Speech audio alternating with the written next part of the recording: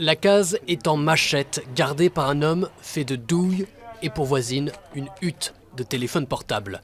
Dans son atelier de Kinshasa, Freddy n'utilise que des matériaux de récupération.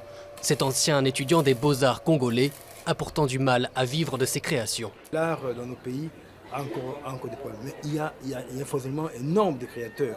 C'est ça qui est fort. Mais la culture n'a jamais été mise dans sa place.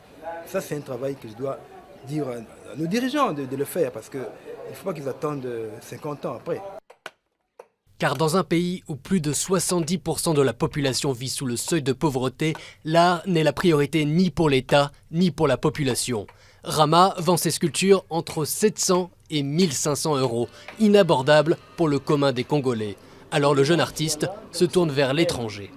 Nos grands clients, ce sont des particuliers étrangers qui viennent nous visiter et ce sont ceux-là qui viennent, bien que les Congos ne leur appartiennent pas, mais ils arrivent quand même à nous acheter ce que nous produisons et cela nous aide un peu à évoluer. C'est ça. L'argent n'est pas leur seul obstacle dans un pays où se développent les églises évangéliques. Ici, 90% de la population se revendique comme chrétien et le poids des croyances en tout genre effraie les acheteurs. Si tu achètes une œuvre d'art, une sculpture, certains vont te voir comme un magicien ou un sorcier. D'autres racontent que ces choses sont mystiques. C'est pour cela que nous avons parfois peur d'acheter ça.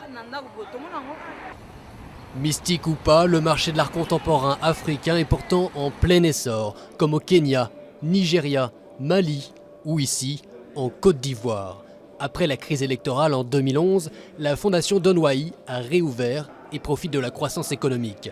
Un modèle que ne suit pas le Congo, malgré une croissance de 5% et l'appétit des pays occidentaux.